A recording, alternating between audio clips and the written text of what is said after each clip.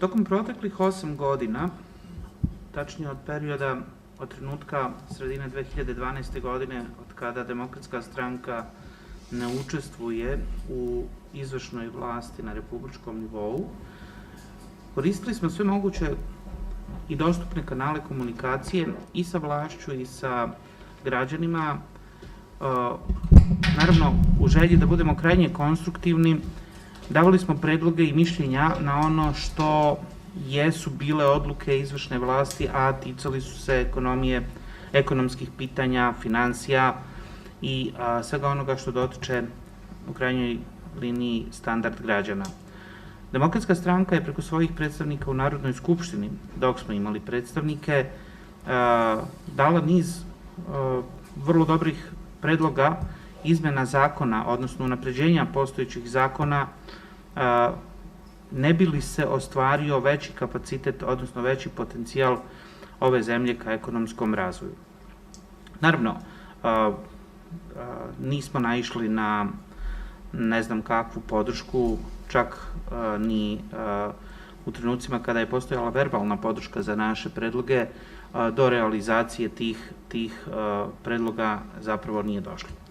A zapravo o čemu se radi? Suština, najveći ili jedan od najvećih problema s kojima se jedno društvo susreće je postojanje odgovornosti.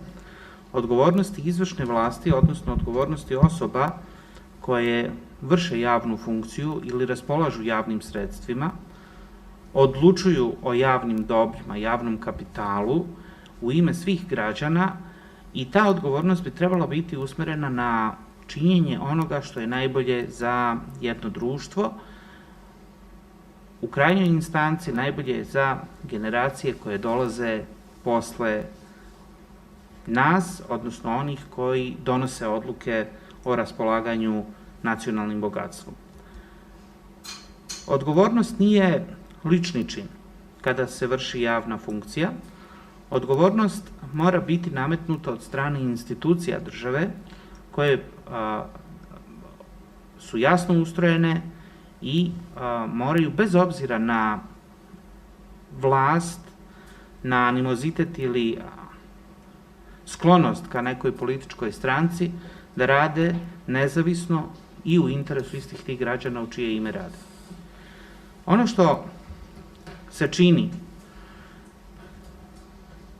a takvih primjera možemo navesti upravo koji potvrđuju osnovano sumnje, je da institucije u Republici Srbiji su potčinjene ne vlasti, nego jednoj političkoj stranci. U tim okolnostima se dešavaju i, naravno, veliki problemi u oblasti finansija, odnosno javnih finansija, i u oblasti upravljanja svim državnim resursima. Mi smo u proteklih nekoliko nedelja dali svoje mišljenje o rebalansu budžeta. Taj rebalans ima, odnosno ne samo rebalans, nego i podaci do kojih smo mogli da dođemo kao javno dostupne informacije. Mi smo primetili da je, pozivajući se naravno na specifičnost trenutka i virus koji postoji svuda u svetu pa i kod nas, ali mi smo primetili da postoji rekordan nivo javnog duga. Taj trend je vidljiv u proteklih 8 godina.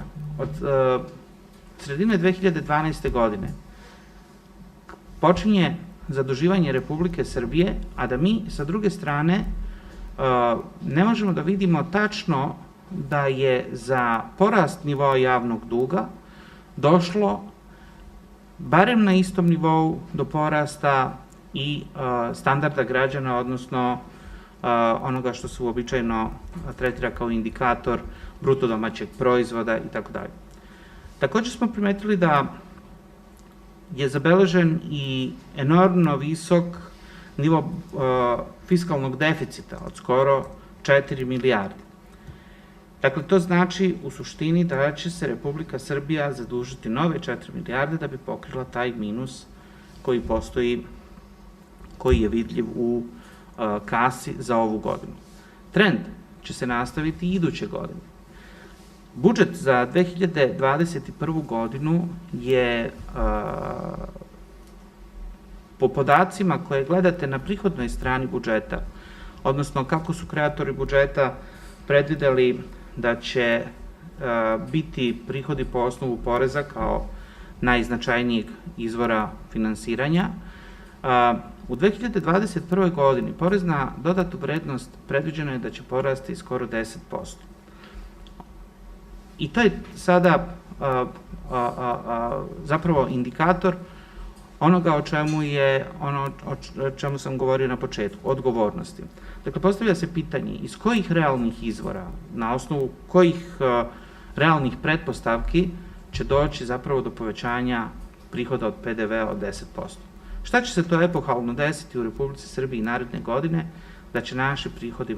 Odgovor može biti samo jedan, a to je da će doći do inflatornog punjenja budžeta. Mi se nadamo, naravno, da neće do toga doći, ali ništa drugo, nikakva krupna investicija koja će biti stavljena u funkciju pa će se realizovati na proizvodnja tih investicija na našem tržištu,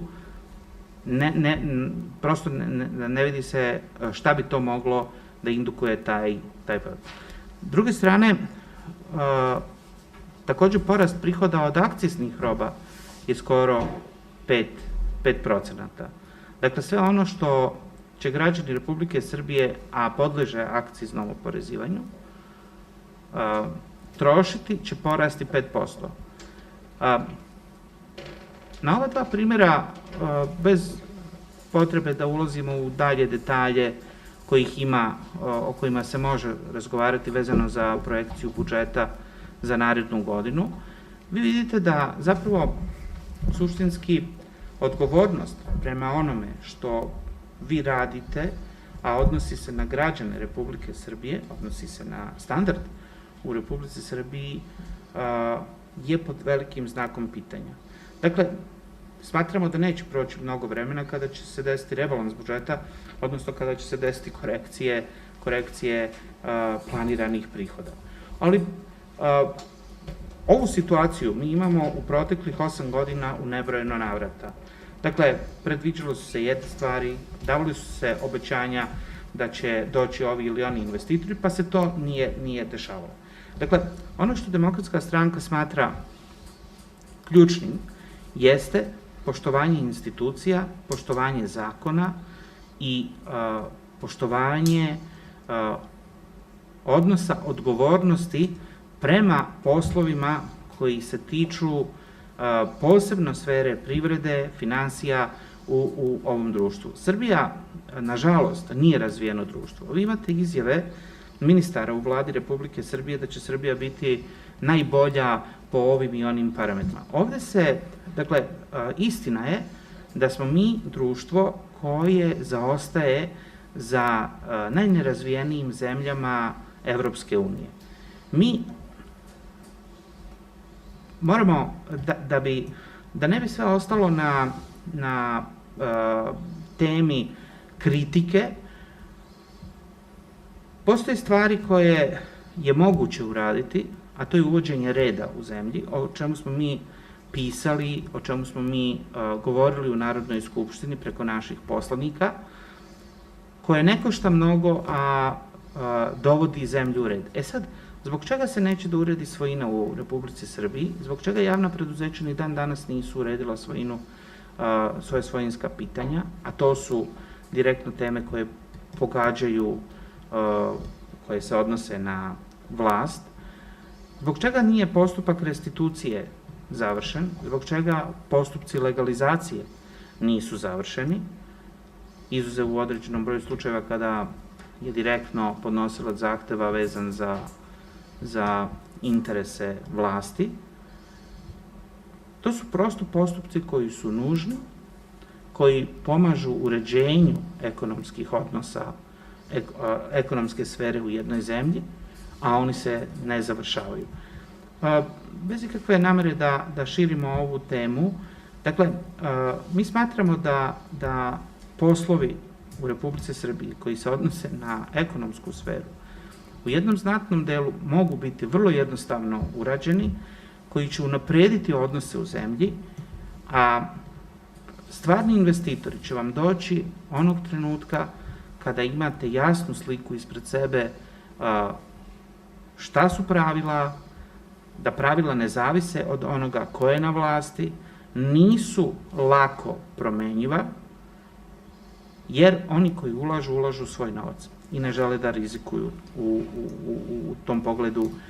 Zato mi zapravo imamo suštinski izostanak stvarnih investicija u stvarnih ozbiljnih firmi u Republici Srbiji.